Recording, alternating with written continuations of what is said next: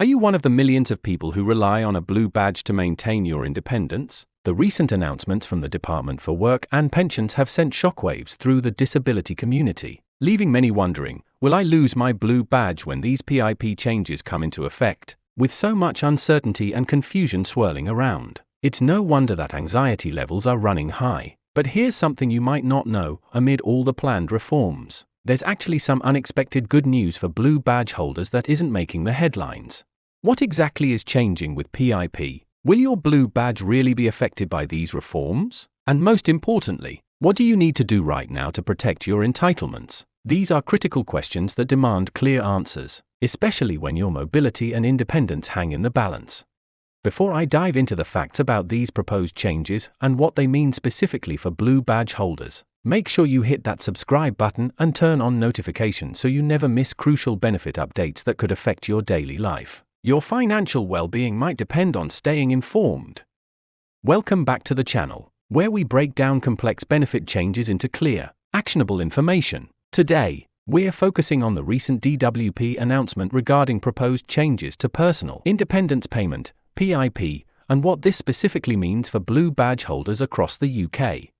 First, let's address the biggest concern head-on. Minister for Social Security and Disabilities, Sir Stephen Timms, has officially confirmed in Parliament that the proposed PIP reforms will not impact the mobility element of the disability benefit. This is crucial information because the blue badge scheme is directly linked to this component of PIP for many recipients.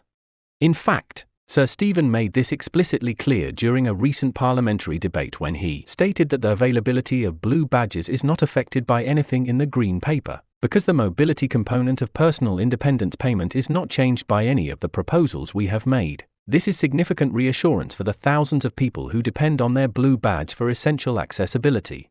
To put this into context, the blue badge scheme is a vital lifeline for many people with disabilities. It allows holders to park closer to their destinations, often free of charge, making everyday activities like shopping, attending medical appointments, or visiting friends and family much more manageable. The prospect of losing this support has understandably caused considerable anxiety among the disability community. Let's be clear about what is changing with PIP. Work and Pensions Secretary Liz Kendall announced last month that the government plans to target the daily living component of PIP by changing the eligibility requirement. Under the new proposals, claimants would need a minimum score of 4 on at least one of the daily living activities to receive this element of the benefit, in addition to meeting existing eligibility criteria.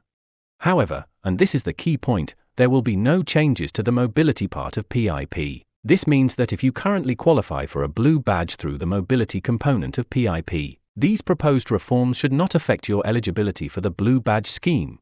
The timeline for these changes is also important to understand. The DWP has confirmed that there will be no immediate changes to PIP for the 3.7 million people currently receiving the disability benefit. The proposed new measures will apply to new claims and award reviews from 2026, subject to parliamentary approval. This means that any potential changes are still some time away, giving people time to prepare and understand how they might be affected.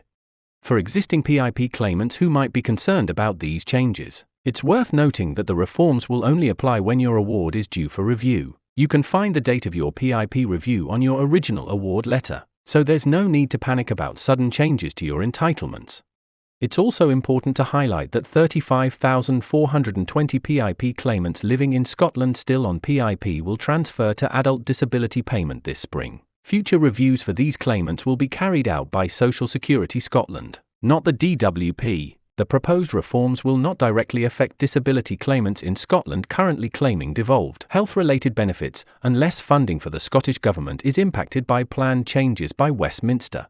So why are these changes happening at all? The UK government has stated that the number of people claiming PIP has risen rapidly and is becoming unsustainable. According to Liz Kendall, more than 1,000 PIP claims are being awarded per day. The government is aiming to ensure a welfare system that is fit for purpose and available for future generations, opening up employment opportunities, boosting economic growth and tackling the spiraling benefits bill, while also ensuring those who cannot work get the support they need.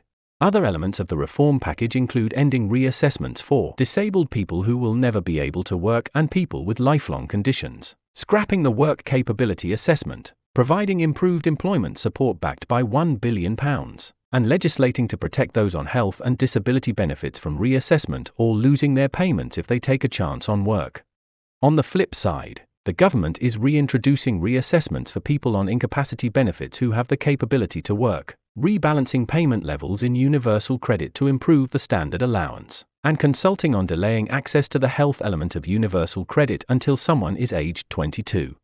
What actions should you take now? First, stay informed. The DWP has launched an online consultation on the new proposals which is open until June 30, 2025. Anyone can participate, and this is your opportunity to share your views on these changes. You can find full details on the Government UK website.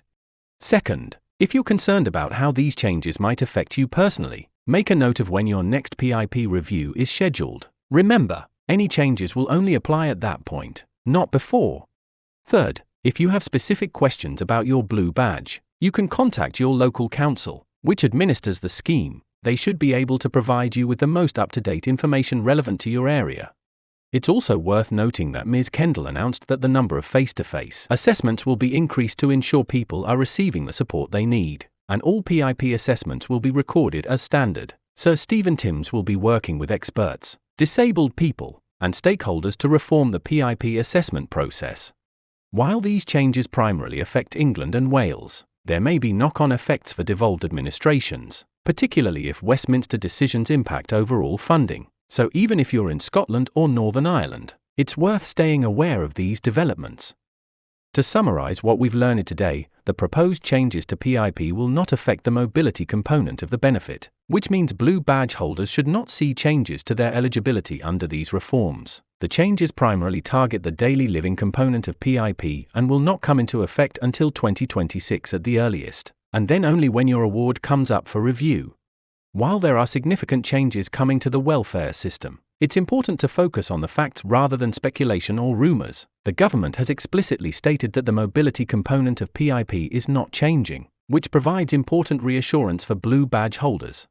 If you're concerned about these changes, remember that you have until June 30, 2025, to participate in the government's consultation. Your voice matters, and this is an opportunity to shape how these reforms will work in practice.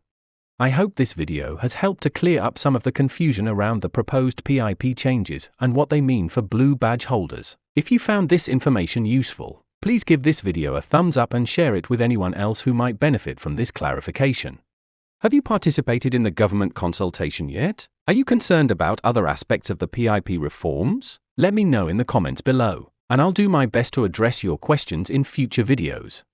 Don't forget to subscribe and hit that notification bell to stay updated on all the latest benefit changes. This is your channel name, helping you navigate the complex world of benefits and entitlements. Thanks for watching, and I'll see you in the next video.